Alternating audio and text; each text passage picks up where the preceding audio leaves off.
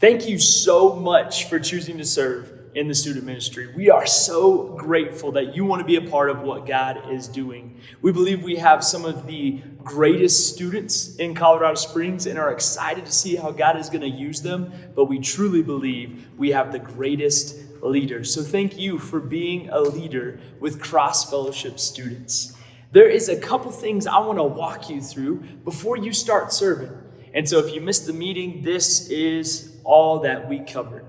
So let me talk a little bit about what it means to be a leader with Cross Fellowship students. We have some values that we want our students to be. We want them to be seekers of the King, agents of change, a part of a unified force, to be light carriers to the world. And as a leader, we want you doing that first.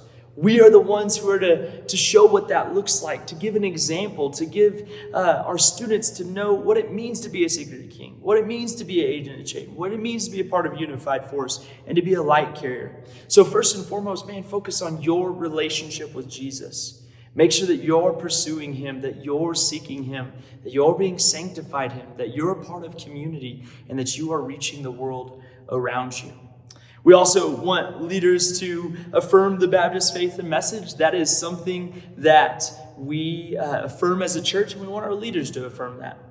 We also we want you to show up on time, and we want you to be prepared for small groups and discussions. You'll get emails that are sent to you, and you'll get band notifications that are sent to you about what we're going to be teaching through, what we're going through. You'll even attach to the email that you get this video, you're going to get the schedule with how we're preaching through. That allows you to be prepared and readied up for what we're going to be covering with the students. If for some reason you have to miss or anything like that, please make sure that you connect with your other leader. Make sure you let them know. That's a part of you being prepared, knowing your calendar. If it's emergency or something pops up or you get sick, just let your other leader know. If both of you are going to be gone, then look to the sub list and make sure you guys get somebody to cover your group. We want you to be committed to your small group and interact with them. Your small group values your authenticity. They value your consistency and your desire to pour into them. So be committed to them and interact with them both within church and outside of church. And then also just one thing to notice, inform me if you have any problems with some students. Maybe they've got illegal matters, or they're harming others, or they're harming themselves, or abuse of any form, or you're just having a struggle with a student. Please come and talk to me about those things. The other thing that we have to talk about, we never want to have to experience this with leaders, but we do want to talk about it, is this, that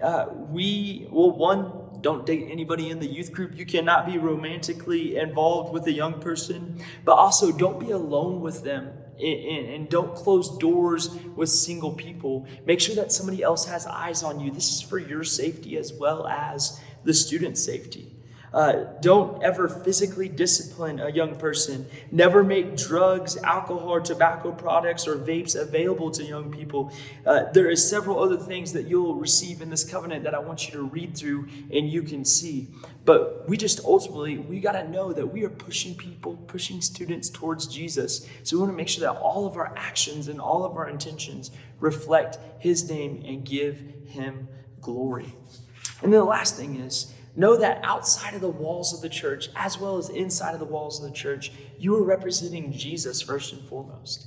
But people are watching, whether that's your neighbor or maybe your students that you have in your small group. People are watching. But when it comes to students, we want you to be setting the example of what it means to be a seeker of the King, agent of change, a part of a unified force, to be light carriers to the world, both in church and outside of church. Both with people and over things like social media, text, and email. And so when you're outside of the church, be mindful of the fact that students could be seeing what you're doing. When you post online, be mindful of the fact that students will see those posts. That we want to be, yes, professional, but we want to reflect Jesus. And we want students to see that we can reflect Jesus in every area of our life. And so those are different things that are covered within the leader covenant. For you to serve, I need you to read through this. I covered most of it just now, and then sign it and turn it into me. You can pick up one of these from me on a Sunday or a Wednesday, read through it, sign it, give it back to me.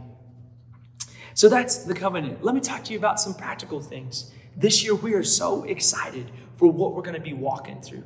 If you're a Sunday leader, then on Sundays, we are walking through the book of Ephesians. We go about 4 verses at a time because there is so much rich truth to Ephesians and so many things that we've got to dive into.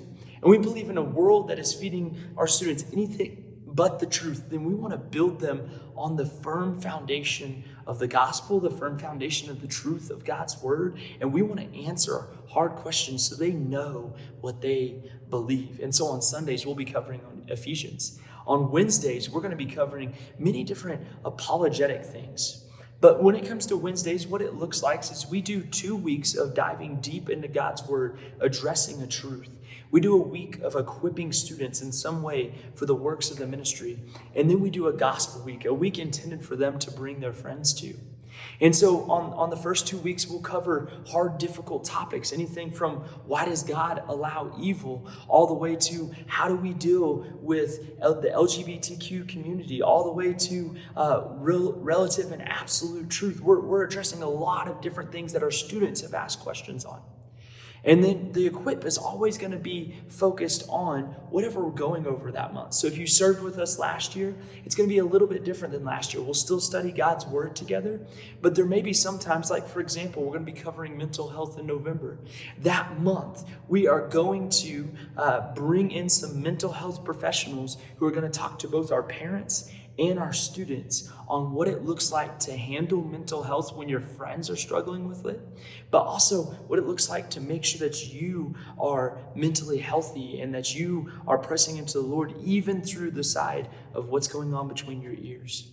And so Equip will look a little bit different, but we still want to equip students for the work of ministry. And so that's our Sundays and Wednesdays. If you haven't heard, we're changing our schedule just a little bit. On Sundays, we're splitting into middle school and high school. So we started this, and what happens is middle school will come in. They will get their teaching first within the large group room, and then they will head into their small groups to discuss what we just taught. While middle school is being taught, high school will be in their small groups, fleshing out what are these truths and difficulties and things that we're seeing within Ephesians. But they will be in their small groups, and they will close with the large group teaching. And so that will be Sunday mornings. On Wednesday nights, the schedule will be that middle school will start in our upstairs sanctuary. High school will start in our fuel station. Middle school will begin with some small games, but we'll jump right into the preaching. From preaching, there'll be a flux flip time. And so some weeks that will be worship. Some weeks that will just be a transition in a small group. But there'll be preaching while middle school is being taught. High school is doing games and interacting and talking with each other. And then once middle school leaves the preaching session, they will head to small groups. Once high school finishes their game time, they will head up to preaching. And then from preaching, high school will transfer to small groups. From small groups with middle school, they will transfer to their game time. I know that's slightly confusing. You'll get a sheet on this, and I'll explain it to you every single Wednesday. A couple more things for you. Events coming up this year. We want small group leaders to be involved in our events. And we have several different key core events to our year that we want you involved in. The first big one coming up is Epic Weekend. October 18th through the 20th, we would love for you to be a small group leader, a host home, involved in the weekend in some way.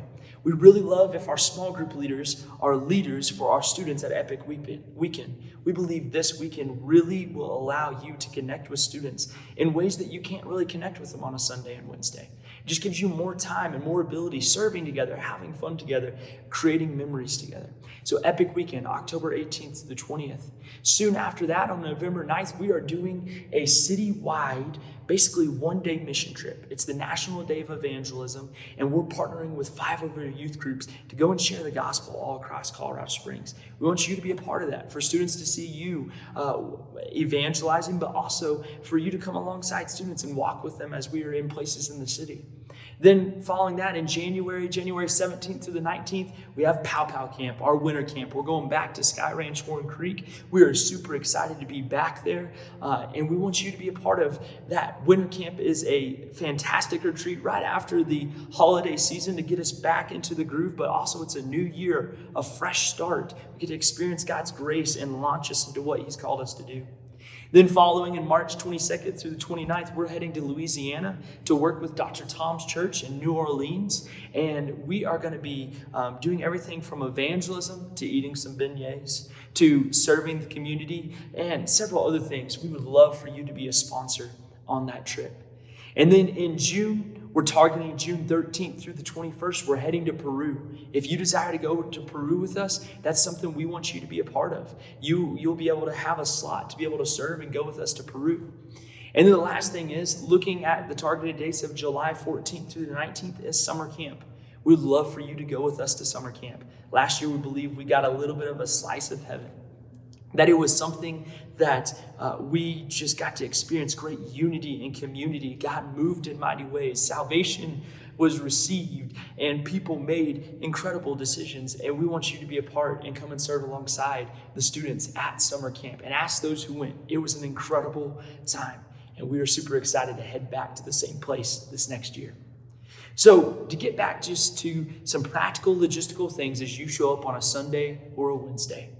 On Sunday mornings, Sunday leaders come upstairs and there is a section where we have little lanyards that you can take and put on. This is just to help our parents signify with our parents that, hey, you are serving, you are one of our student leaders. We want you to have that on. And then our Wednesday night leaders, on Sundays, we realize you're going to be wearing your Sunday best. You won't always wear this shirt. But on Wednesday night, we have shirts for all of our leaders. If you will make sure that you're wearing your leader shirt, come in, grab your lanyard, put your lanyard on. And then for Sundays and Wednesdays, we do a time of prayer for both of those times. So on Sunday mornings at 11 to 11:15, we spend time in prayer as leaders. And then on Wednesday nights from about 6 to 6:15, we spend time in prayer as leaders. Make sure you're there to come and pray with us, to pray over the night, to make sure you know all the things that are going to be happening and what the schedule is for the night and updates on questions. Make sure you're there for the time of prayer. And the last thing to talk to you about is just this. When we show up to group, when we show up to youth, hey, your purpose here is you said you wanted to be a student leader. So man, come and interact with students. When it's time of engagement, man, come and talk with students, hang out with students, come and talk to your students, play ping pong with other students. Some of you guys are going to be helping me run games. With the high school and middle school split, we're going to need you in your places. So middle school leaders, you're going to be upstairs. High school leaders, you'll be downstairs on a Wednesday, pretty similar on a Sunday. But we want you to be interacting with students. When you're here, please do your best if you can just to stay off your phone. Students recognize it. It validates their desire to get on their phone, but it also sees that you're unengaged, so stay off your phone. And then the other thing is when we come in, because of how we've switched the schedule, we need leaders to sit with their small groups. So when you roll up into service, come and get your small groups, sit with your small groups, sit by them.